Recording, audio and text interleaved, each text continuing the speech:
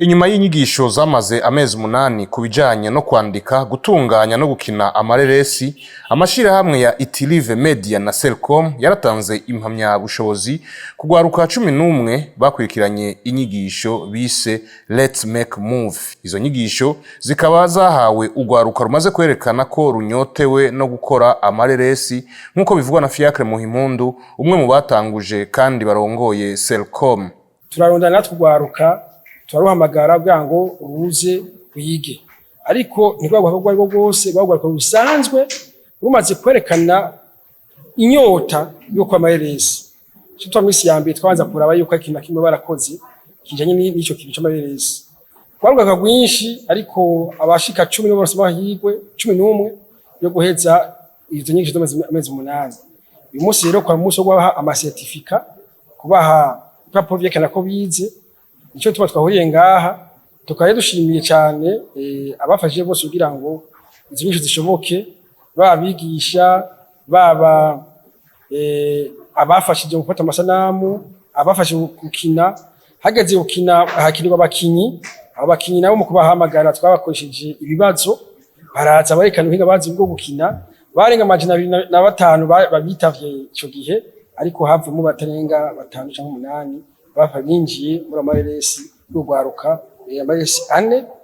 Uyu munsi rero kwari kuyerekana imbere y'amakungu akoranye, imbere y'urundi gwaruka, imbere y'abigisha b'amakaminuza, imbere y'abantu bose bumva bakundwa ubwo cyo gisata c'amareresi batatembeye mu Burundi. Hama cyo ngomba gushikita cyane nuko Let's Make Movie niwo mugambi wa mbere washoboye kwerekana yuko mu Burundi dushobora konka bigisha babishoboye muri cyo gisata ca sinema.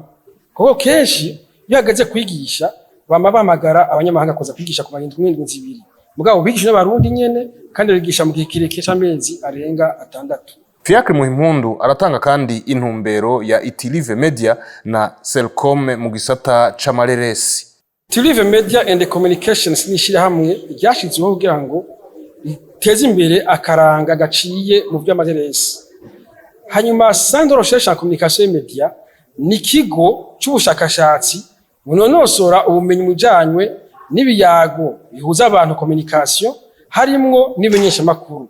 Nicyo gituma rero twari tuja kudandaza ibitoke canke ibiraya, dushaka guteza imbere ubumenyi mu ico gisata. Nicyo gituma kabaye akaryo keza turose ko gushobora ahubwo kubishira mu ngiro kugira ngo dutange natwe agacumu kubumwe gato mu ico gisata kinini, kugira ngo haboneke akiyongera mu bumenyi busanzwe buri mu Burundi. Tukibaza yuko iki gikorwa kiranga uyu munsi gifisho cateje imbere mu ico gisata, kandi si cyo mbere gihagarukiye ngaha. Ubunye dushaka yuko buri mwaka dushobora gusohora urundi gwaruka wiyemera mu gukora amareresi. Mwabonye yuko harimo udukosa, mugabo baronsa akaryo guhanurwa n'ukosorwa n'abizobereyemo kugira ngo cyo ajya amareresi zo twashane hari arengere ngaha. Imwe mu ntambamyi yibonekeza mu gisata c'amareresi n'uburyo buke butorohereza ico gikorwa kugira ngo kigende uko abagikora bavyifuza.